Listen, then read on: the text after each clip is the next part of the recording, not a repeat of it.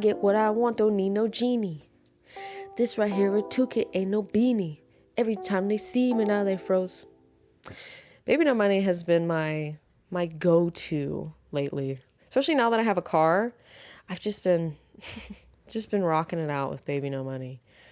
I've been like listening to a lot of music that I haven't heard from him. I'm just really enjoying listening to some Baby No Money. My favorite hot girl anthem right now. I've declared it as my hot girl anthem. And I told him that. I'll get into that. But I declared Sriracha by Baby No Money as my hot girl anthem. I've played it so many times. It's so good. It's so fun. It's so fun and bouncy. But yeah, so Baby No Money is my shit right now. And what's funny is I went out for Pride. Celebrated Pride. Woo!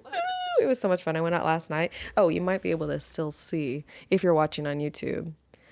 Still got my rainbow makeup on. I did rainbow. Technically rainbow. I did just some vibrant eyeshadow. And it's so funny because I was using a brush to put it on and I was like, why is this not so vibrant? And then I just started using my fingers. Like, that's how I usually apply my makeup, like my eyeshadows. I'll just use my fingers and it was way better. I know the point of a brush, it's probably like blending and all this and doing whatever, depending on what kind of brush you're using.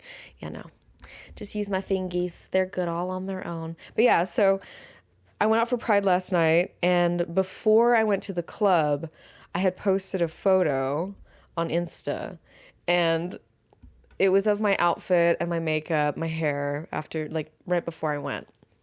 I posted it on Insta and I tagged Baby No Money in the bottom and I just said, only gay for Baby No Money. And he watched it. He saw my pic. I was like, what? I was at the club and I was like, Baby No Money saw my pic. And I was like going around asking people at the club. I was like, do you know who Baby No Money is? And people were like, no. And I was like, he watched my story. I was like, he's a famous rapper. But yeah, I thought it was cool. And then I got drunk and I proceeded to try and call him on Instagram. Proceeded to try and call him. Of course, it didn't go through. Tried to call him to tell him about the McDonald's that I had gotten.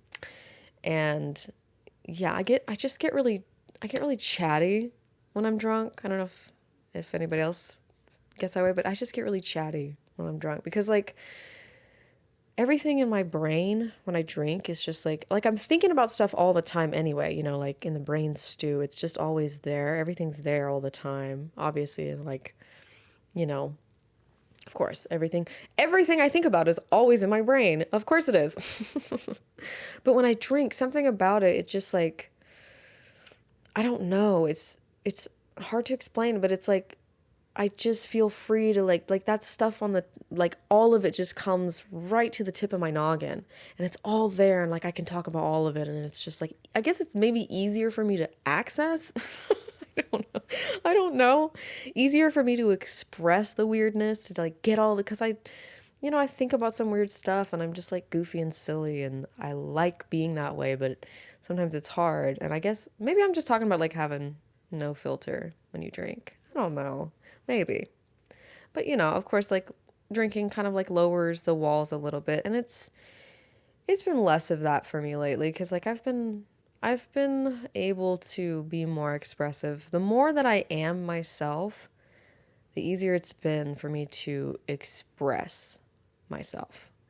And that takes just like, for me, it's took learning who I am, learning more about me to be able to know how to express myself and how I like to express myself. And so, yeah, I don't know. Drinking is just, and it's fun. Drinking is just fun. But yeah, anyway, so Baby No Money saw my outfit before I went to the club and I was just like, oh shit, cool. It was cool. Yeah. But yeah, so happy Pride, folks. Wow. Happy Pride Month. And I hope you guys celebrated, if you celebrated this past weekend. I hope you had a fabulous time. I went out with a couple of my friends. We had a lot of fun. And I was going to take a nap. I almost wasn't going to record today. I was going to be like, sorry guys. Week's been crazy, which it kind of has been. My classes are starting my classes have begun. I'm taking summer classes. I'm starting school. Woo! I think I've talked about it maybe.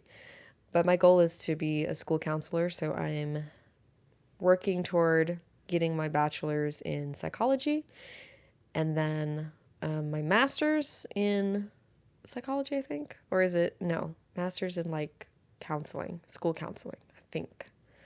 Yeah, anyway, but that whole journey is starting today. And it's going to be a long one and it's going to be tough. But I'm excited. I'm excited to learn and be back in it. But yeah, so I wasn't going to record today. I actually need to sleep because I got home really late last night and I stayed up and I only got like a couple hours of sleep because I partook in a couple of extracurricular activities that I'm not going to talk about here.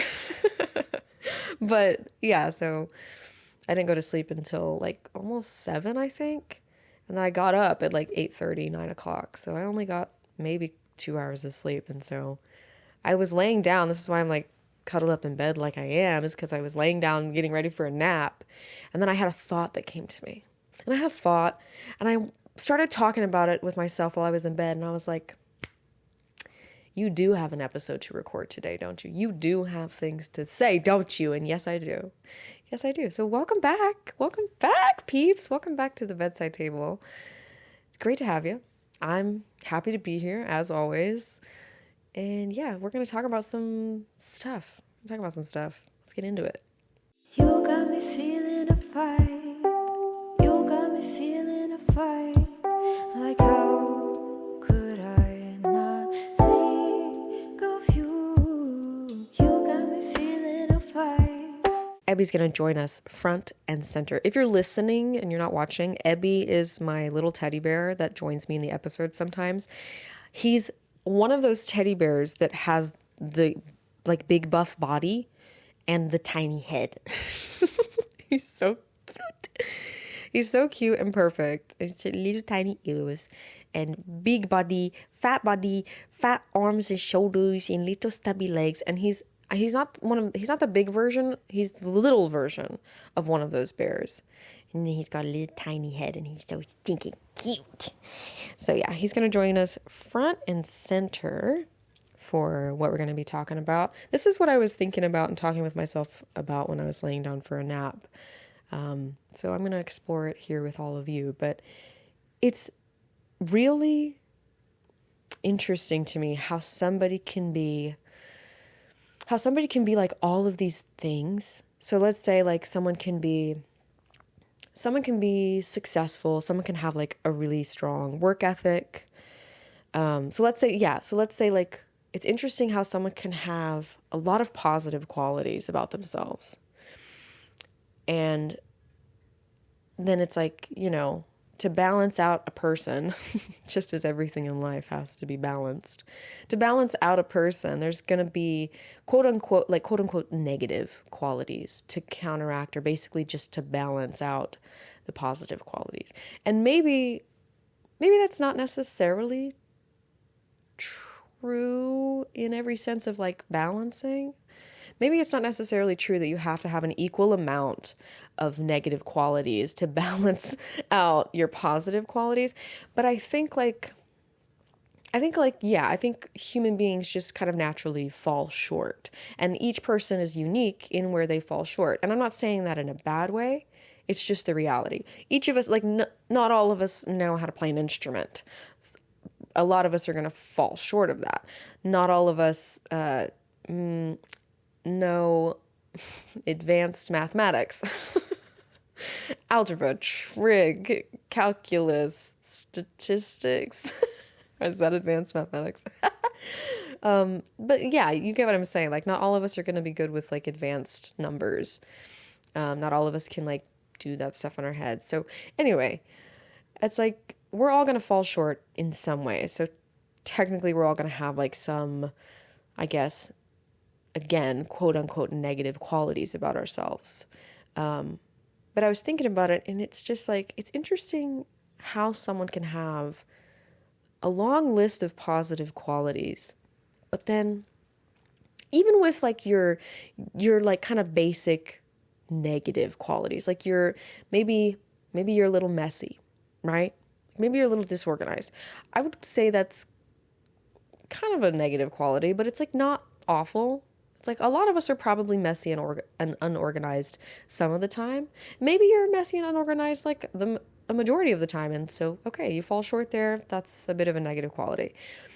But it's interesting how someone can have a long list of positive qualities, and like there's one or two negative qualities that are like really impactful. There's just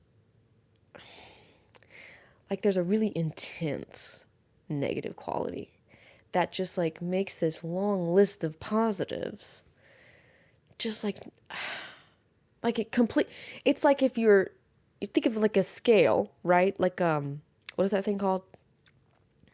What is that called with the two scales? I don't know, it's a scale. Yes. But think like you have these positive qualities over here, like on the left scale, you have these positive qualities, and it's like they weigh a certain amount, right? Like you have like 10, 20 positive qualities, and there's a certain weight that adds, a certain positive weight that adds to a person. And then let's say just like you have one or two really intense, really bad qualities, and just those one or two can like tip the scales against you, can make it like, oh, like look at all of these positives, but like that one thing or those two things are just something I can't overlook. It almost makes I don't really want to say it this way, but this is how it's coming to my mind. It almost makes like every good thing about this person seem a little obsolete when it's like, and that's hard, that's tough, right? To think like, oh, you have these two really, really tough things about you, and I'm having trouble, like I can see the good in you, but I'm having trouble balancing that out for myself, I guess. Oh, that's interesting. I think that's what I like. I think that's what I do with people. I try to balance them out. Oh, interesting. I'm discovering this as I'm talking about it with you.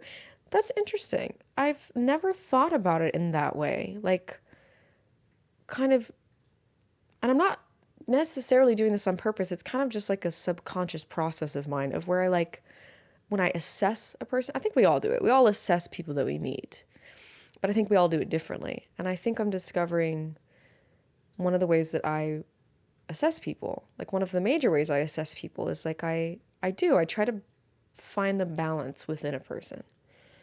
That way it's like, I don't know, maybe it just gives me more clarity on who somebody is when I can find a balance with them, if that makes sense.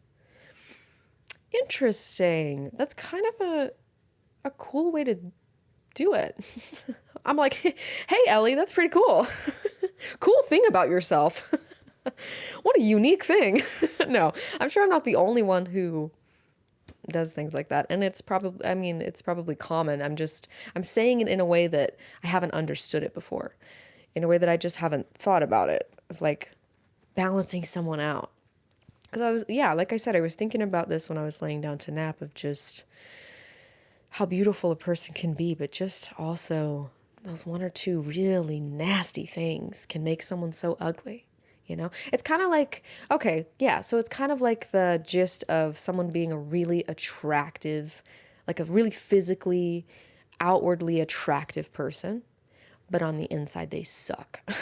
To put it plainly, they suck. I guess that's kind of what I'm describing, just a bit, maybe in a deeper sense. Just like, instead of just thinking about comparing looks and how someone presents themselves, instead of just comparing that to an overall inner suckiness. Instead of doing that, I'm just comparing more of what's on the inside, like the good and the bad, the pretty and the ugly. Because appearance-wise, I've met, oh my gosh, I had this friend of mine who has passed away. Rest in peace. And he quickly became one of my best friends. And I just I fell in love with him. I fell in love with him for kind of I had my own problems around that time. So it was more like I really just kind of,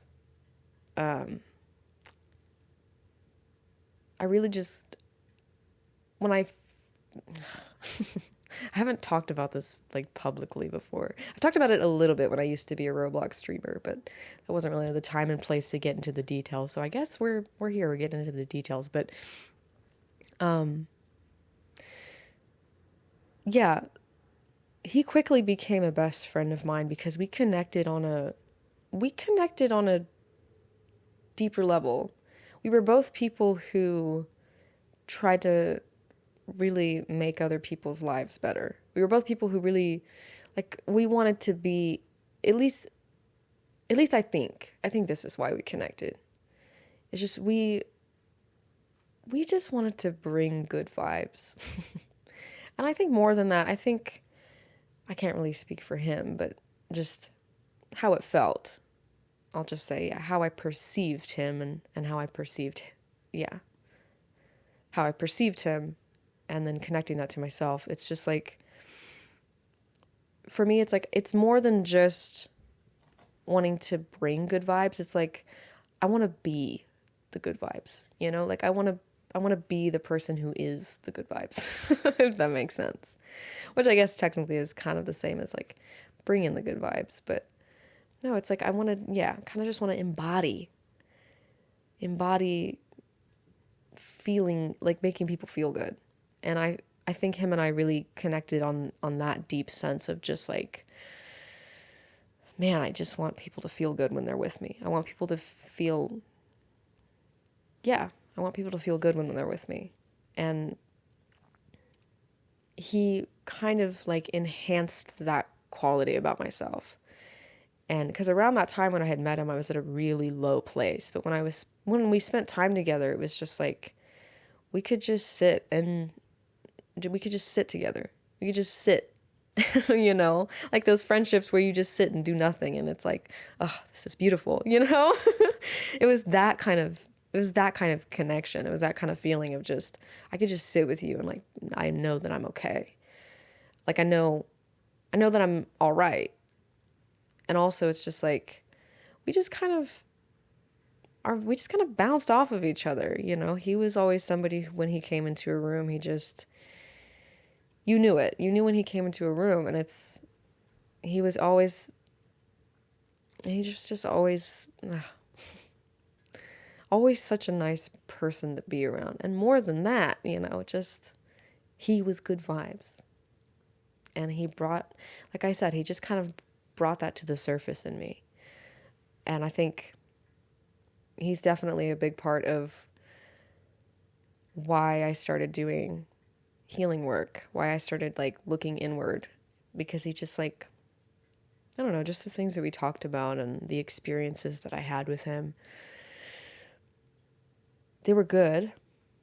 Some were a bit messy and rocky, but just the friendship I ended up cultivating with him. And then so this little bit about me falling in love with him, part of it, like I said, when I met him, I was in a really bad place, and I was really struggling as our friendship was developing. And so when he kind of he opened up this space for me and offered me this space of emotional safety. And I haven't had much of that in my life at all. I haven't had places or people that have made me feel emotionally safe. And I've experienced long-term emotional I guess, unsafety, emotional harm, and psychological harm. So when I met him and when we cultivated our friendship, he just kind of naturally held this space for me and opened up this space for me where I not only felt emotionally safe, but like he listened to me and he made me feel like what I was going through, like what I was feeling, like it was okay.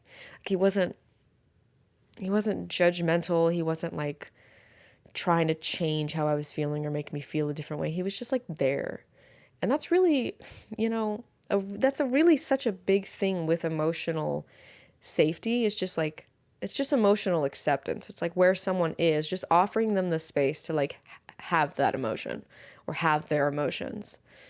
Offering somebody the space to feel whatever they're feeling, even if it's a bad feeling, even if it's like they're really sad, they're really hurt, they're in pain, but allowing people the space to just have that feeling, to just be in that state. That's emotional acceptance. And so he opened up this space of like emotional acceptance and then emotional safety. Because I think to first feel safe, we have to feel like it's okay. If we feel like our emotions aren't okay to have, if we feel like, oh, I can't feel this way, like I can't have this feeling, so when I express this to you, like this is not okay. If I express this to you and then you have a negative reaction, if I express like I'm sad about this thing and you're just like, oh, well, who cares?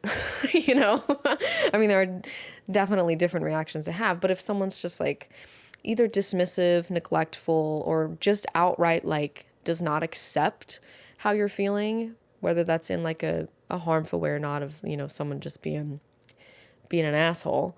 But, yeah, I think to have emotional safety, it's taking the simple step of just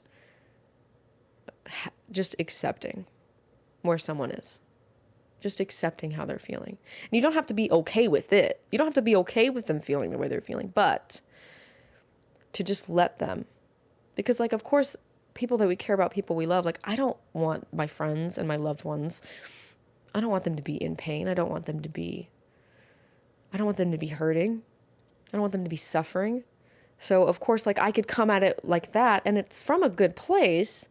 If it's like someone comes to me and they're sad or they're hurting or they're upset, and this is just something I've learned out of all of the unsolicited advice that I've given over the years, and just coming to an understanding that people don't always need you to help, or people don't always need you to give advice.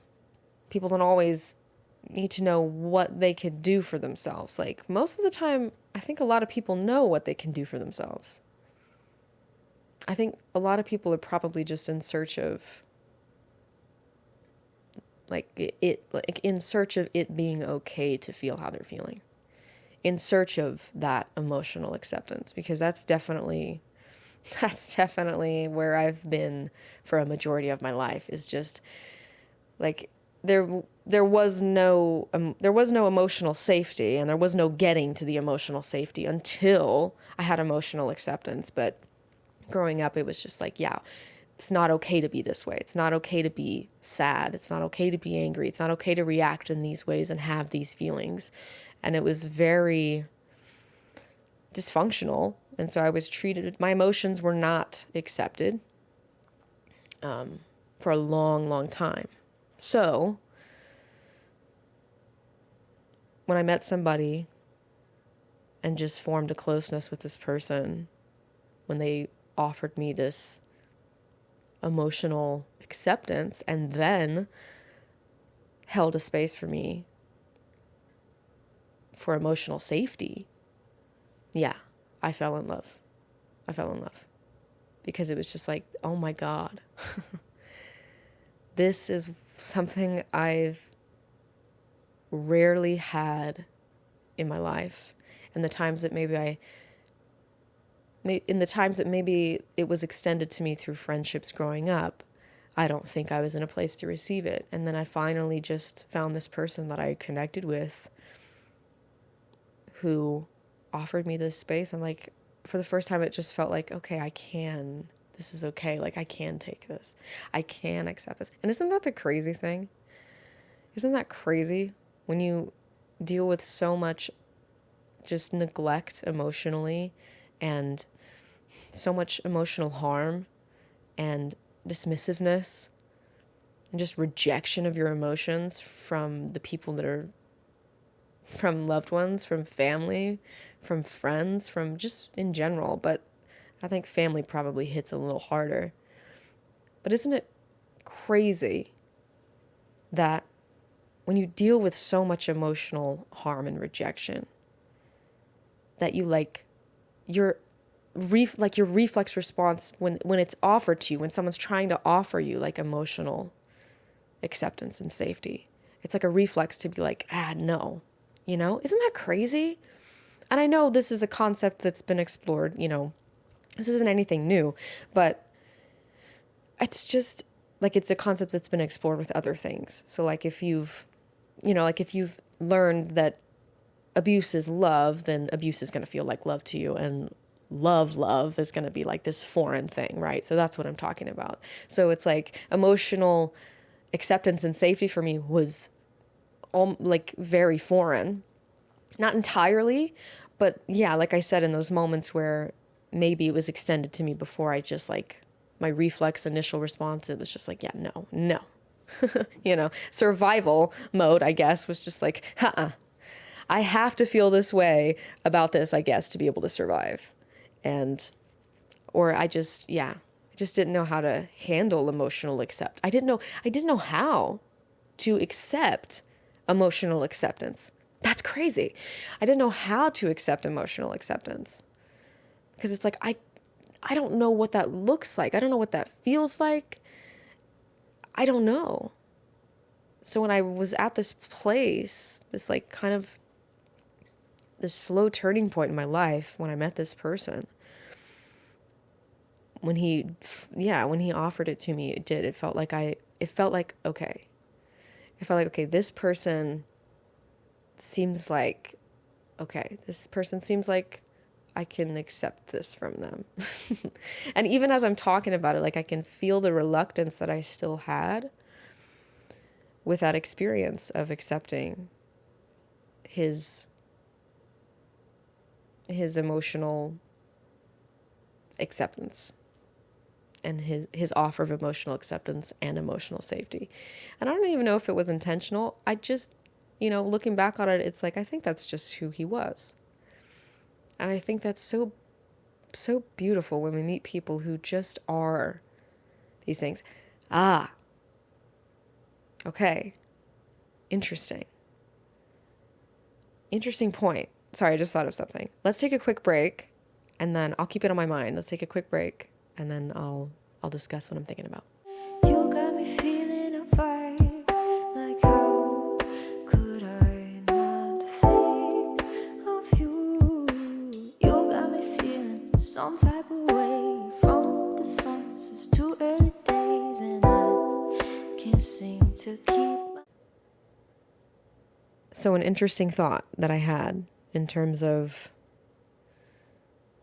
talking about people who just are things. So kind of circling back to how I was discussing positive and negative qualities within a person. I think a really good way to assess and understand a balance of somebody is like, do they embody this thing or no? And I think that's a really good way to determine if the positive trait that they're expressing, I think it's a really good way to determine whether or not they're expressing it genuinely. And it kind of comes with, you kind of have to be able to feel it. It's kind of one of those inner things. It's one of those things that, like, I don't know, we've all met fake people. So we know what it feels like when someone's being fake. But sometimes it's a little trickier. And we've all probably met some tricky people too, who are really good at seeming genuine in their positive qualities. And maybe they are. Maybe they are genuine to an extent, to a degree. But I was just thinking about it because with my friend that had passed,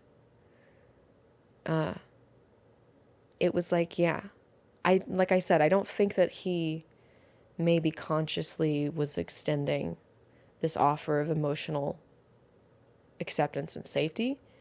I think that's just who he was. And I think that's what made me feel like, okay. Like this doesn't feel like someone's doing it out of pity. It doesn't feel like someone's doing it because they feel forced to or they feel like they have to. It genuinely feels like this person is offering me this just from being themselves, if that makes sense. And I think I know that's why. I know that's why I initially fell in love with him, because he just, and again, I fell in love, yes, from a place of lacking those things all my life, and then finally receiving it from someone who was genuine. It was like, I guess I fell in love with that. I fell in love with the emotional acceptance and safety that he offered me. And then as I got to know him further, I guess that feeling deepened. But I think, I don't think, like, because when I look back on it, it's like, I had no intention of being with him. I had no intention of, there was no intention of any, like, long-term plans or relationship. Like, I didn't see myself being with him or having a family or a home or something like that. Like, there wasn't anything like that. And so that's what tells me, that's what indicates to me that, like, I wasn't in love with him. I'm sorry if this is, like, coming off shitty. I'm not trying to come off shitty. I'm deciphering and understanding what it is that I fell in love with. And it was the genuine extension of emotional acceptance and safety. And don't get me wrong, I'm not saying that I didn't love him. I did love him, but I wasn't in love with him. I fell in love with that of which he offered. And then I just loved him. I just loved him. Because he was just, like I said, just, you can feel it in a person. And yeah. So I think it's important to pay attention to how we feel. Obviously. No. But to pay attention to, like, how we feel when people are expressing their positive qualities. How do we feel about it? And this probably takes getting to know somebody to really know if they're being genuine. Maybe. And I think the more genuine a person is, it's probably quicker to pick up on. So if it takes you some time to, like, decipher, if it takes you some time to find that balance within somebody, if it takes you some time to assess an individual, if it takes you a long time, you're probably dealing with a tricky person. You're probably dealing with someone who's really good at almost being fully genuine in their positive qualities. I don't know how else to put that. Just think of people's like kindness, generosity, consideration. You're probably dealing with someone who is maybe trying to be genuine in it. Maybe they don't even know how to do that, though. But that's the tricky thing about tricky people, is that they themselves know that they just don't know how to express this, but they've learned. They've watched, they've observed, they've seen other people be kind, they've seen other people be considerate and generous, and they've seen other people be these good things. And so they learn how to do it, but it's not really coming from a genuine place. And that's a whole other thing to think about. And maybe I just talked a whole bunch of nonsense at you. That's the beautiful thing about the bedside table. I can talk a whole bunch of nonsense. It's all really good stuff. But whoever it makes sense to, it makes sense to. Whoever's getting me, it's getting me. If you made it this far, you must be getting something. And if anything, it's the comfiest podcast around, I'll tell you what. Show me another comfy podcast. No, please don't. Please don't. I have the comparison curse. I talk about that in one of my earlier podcast episodes. The comparison curse. Don't show me other people. I'll struggle. I'll compare myself. Yeah, let me know if you guys want to hear more on the topic of, I guess I'm calling it like internal I was going to say genuinity. No, that's wrong. Genuineness. I'll just say genuineness. Internal genuineness. And if you've had any experiences with, if you know what I'm talking about when I'm talking about like tricky people, if you've had any experiences, and I'm not necessarily talking about fake people. Tricky people are not fake people. Tricky people are sly, right? Tricky people are good at displaying kindness. They're good at making you perceive them as kind, loving, comforting, considerate. They're good at it. And like I said, maybe it comes from a genuine place to a degree. But I don't think it's all genuine. And in my experience, there have been malicious intent behind someone being falsely understanding, or not necessarily falsely, but someone being sneakily understanding, someone displaying that they're kind and loving and compassionate and understanding, like, oh yeah, they do want to get to know you, but not for the reasons you're thinking. And that sucks, because you're not always going to know. You're not always going to be able to tell. Maybe. I don't know. I think I've gotten good at it. The more I learn about myself and the more I get in touch with my own feelings and my own person, because knowing myself helps me feel more genuine, helps me come from a more genuine place. So I'm not necessarily trying to shine a negative light on people who are trying to be genuine. I think it comes from a lack of them knowing themselves. I think it comes from a lack of a lack of depth. And again, I'm not trying to say that in a mean way or anything. It's just, I think when people are trying, and they're trying to be genuine in what they're doing, but it's not quite there yet, I think they just don't know themselves quite yet. And I'll always be discovering myself. I'll always be learning about myself, because seasons change, baby, and so do I. And so do you. And that's the beauty of life. One of the beauties of life. There's so many. But this was really nice to talk about. I didn't know it was going to go into this, but I've really been enjoying the last few episodes. If you haven't been able to tell, and I think I've mentioned this in one of my recent episodes too, I think I already mentioned it, is that I've just been like freestyling it.